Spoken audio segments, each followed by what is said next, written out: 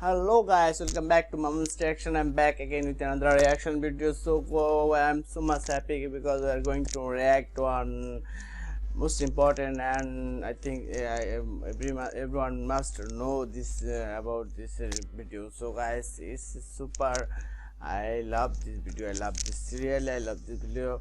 If you are love history, if you love Turkish people, if you are Turkish, so you love this video. So guys, if you new to my channel, don't forget to subscribe and share this video and give me love. So guys, let's start. So today we're going to react one who is Saladin, the untold truth of Saladin Ayyubi, explained only in 10 minutes. So guys, please watch full video and enrich your knowledge and be entertained. So guys, let's start.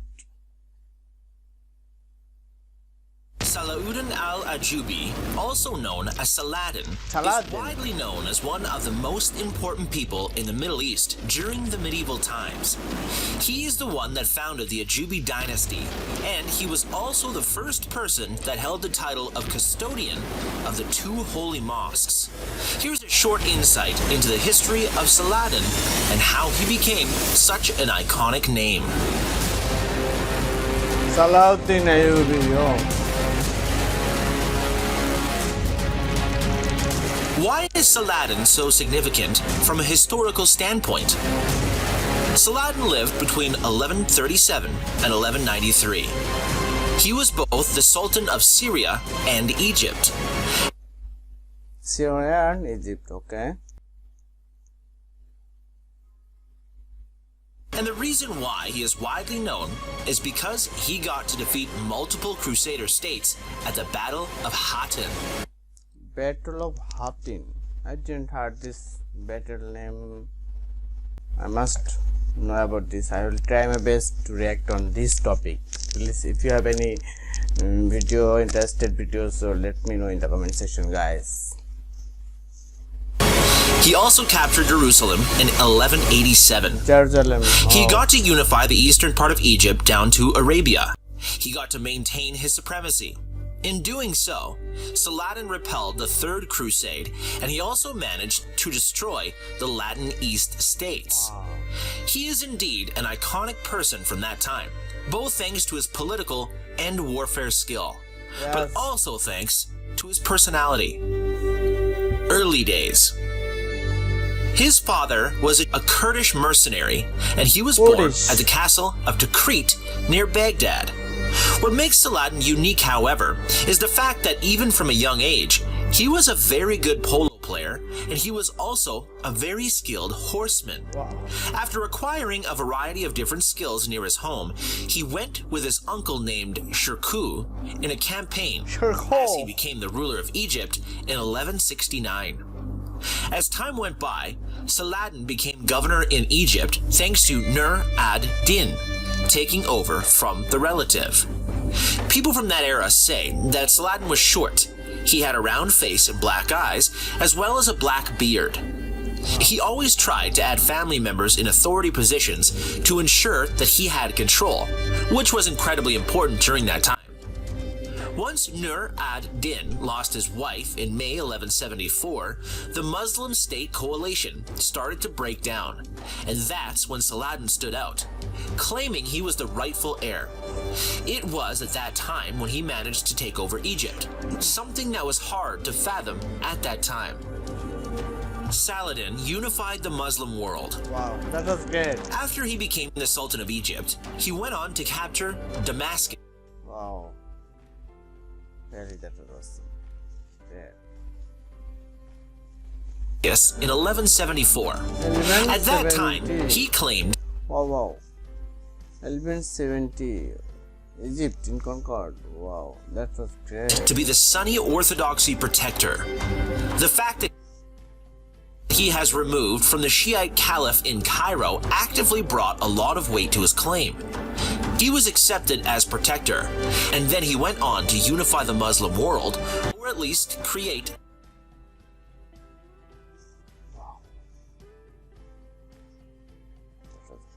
a coalition. Since there were so many city rulers and states, that felt very difficult in the beginning. Yet Saladin was one of those people that never gave up.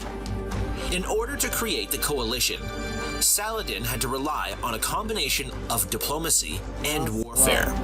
He fought and defeated an army at Hama in 75, so he had to deal with some battles here and there. Another thing to note here is the fact that he cemented his power mostly thanks to the Caliph of Baghdad recognized him to be the governor of Yemen, Egypt, and Syria. Despite that, Aleppo was still independent, and it was ruled by Nur ad-Din's son. The son was bringing quite a lot of trouble from a diplomatic perspective. Since the Sultan of Egypt survived 2 attacks, Saladin replied to that by attacking the Masyaf assassin castle. Not only did he defeat them, but he also pillaged the entire area, which was quite the achievement for that time. But Saladin wasn't always about warfare. He usually tried to get things done the diplomatic way. He married Nur ad-Din's widow, as well as Unur's daughter. There should be, because all of working for war. Why war? Be diplomatic. Solve the problem in diplomatic way. I think this. Because war is not a solution. It kills people, guys. Come on, guys. He is diplomatic. He was diplomatic. I love this. I love him. Later on, he managed to associate himself with 2 important ruling dynasties at that time. The Franks defeated Saladin at Montgessard in 1177. However, he did capture a Jordan fortress, and he also had a victory in 1179 at Montgessard. He managed to show everyone that he wanted to eliminate Westerners from the Middle East, something that brought him a lot of support during that time. Saladin also had a reputation when it came to the way he behaved and how he worked with other people. He was focused on bringing justice into the fold, all while being very generous. On top of that, people saw him as the defender of Islam, more specifically against the Christians. His position became even more impressive in 1183 when he got to capture Aleppo. He captured Aleppo. Wow. But he born in near Baghdad. My God. He's super, guys. He was really super. He created an Egyptian fleet to prepare for any possible attacks that would come from Christianity. By the time 1185 arrived, Saladin was in complete control over Mosul, and he signed a treaty. Him and the Byzantine Empire would work together to combat the Seljuks. They were a thorn in both empire sides, so it's easy to see why Saladin wanted to get rid of them. Around that time, there were issues regarding who would rule Jerusalem, and the Franks were also distracted by a variety of conflicts. The Franks attacked the castle of Kerak in April 1187, which was commanded by Saladin's son at that time. Due to the attack, he started gathering a huge army that had Jazeera, Aleppo, Syria, and Egypt. Wow. Of course, the Franks created their own army, and they battled at Hattin. The battles of Jerusalem and Hattin. At the beginning of July, mounted archers attacked and also retreated, making sure they harassed the Franks. On the 4th of July that year, they brought a larger attack. Saladin brought around 20,000 troops to the Battle of Hattin. 20,000 at that time. Oh, come on, guys. I must react on this. Oh, I must. And he faced Franks that were commanded by Guy of Lusignan, which at that time was the king of Jerusalem. Lusignan, Jerusalem, okay. They had around 1,300 knights and 15,000 infantry. 15,000 and 13. Come on, guys. This is super, guys. This is really cool, guys. So Saladin's army had a lot more people. On top of that, Franks were short on water and supplies in general. Saladin's army set the dry grass on fire, and that made the enemy's situation even worse at that time. Raymond of Tripoli and his cavalry force did eventually manage to break Muslim attack team, but the others had nowhere to go. Saladin brought a massive victory at Hattin thanks to that. Some of the captured nobles were released for a ransom, including Guy of Lusignan. Others were executed, such as Reynald of Chatillon being a prime example. The Knights Hospitaller and Knights Templar were also executed. In September 1187, Saladin went ahead and captured Jerusalem. September 1187. Jerusalem. Oh. Someone will again capture Jerusalem and will free the Muslims. They are suffering, guys. Love for them. God help them. Which was pretty much undefended at that time. The Christians from the eastern side were allowed to stay in the city, even if most churches were turned into mosques. He went on to conquer Caesarea, Jaffa, Nazareth, Tiberia, and Acre, among others. The Third Crusade. Saladin brought the idea of a holy war against the Christians for a long time. It was in 1187 when Pope Gregory III called for a new crusade with the idea of getting Jerusalem back. At that time, the kings of Germany, England, and France responded, and they created an alliance. Wow. They joined Germany, England, and France.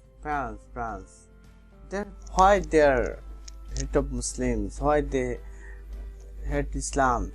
They are still spreading hate against Islam.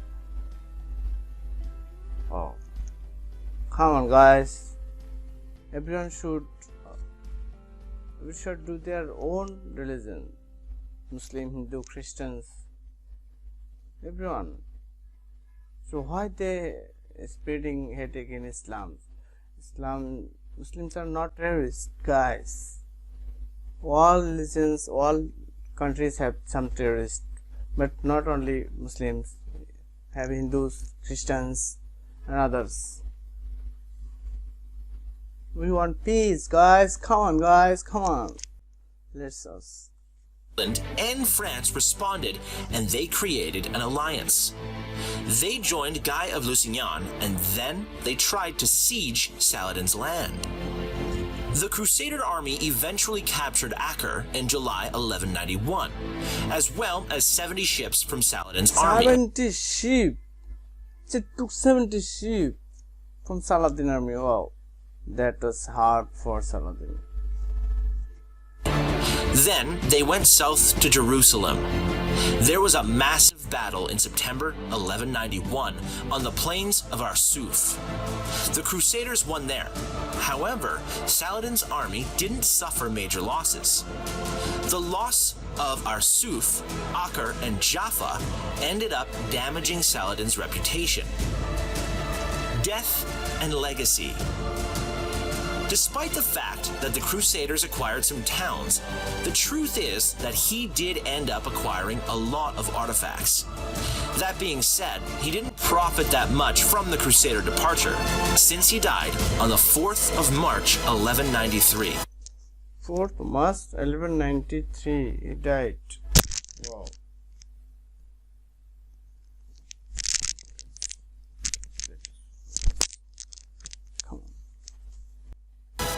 He was only 56 years old at that time, and it's speculated that his death came from the time and effort spent on all the campaigns. As you can imagine, the Muslim coalition was extremely volatile even when he created it, so it disbanded very fast once Saladin died. Saladin is widely known for the fact that he created the Ayyubid dynasty that continued to rule Syria until 1260 and Egypt until 1250. These regions were both acquired by Mamluks at those respective dates. It's important to note that Saladin left a massive legacy in the military world, but he also shared a literary legacy too. His diplomatic skills and leadership skills in particular were the topic for many books. A lot of people still respect and appreciate his work and the unique way he managed to control so many different regions throughout his lifetime.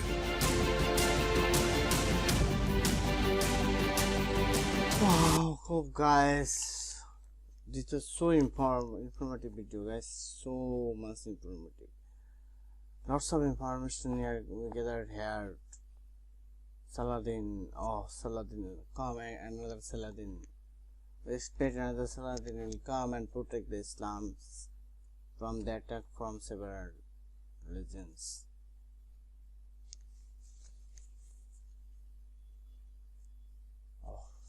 He was the protector of Islam.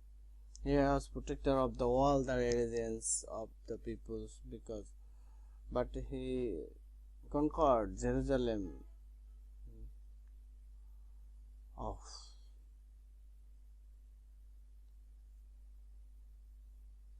This makes me emotional, guys. I can't express my gratitude, guys. Come on guys, let me know in the comment section if you love this reaction or video, or if you have any suggestion, let me know in the comment section. And if you you want to do any reaction, please let me in the comment section. And if you love this reaction video, don't forget to subscribe my channel if you are new to my channel, and hit the love button if you are already subscribed, and share this video with your friends and invite them to my channel and help me get subscriber, because I'm not getting viewer but not subscribing. Please don't forget to subscribe and help me to improve my channel. So guys, see you soon. If you have any suggestion, let me in the comment section. Allah Hafiz.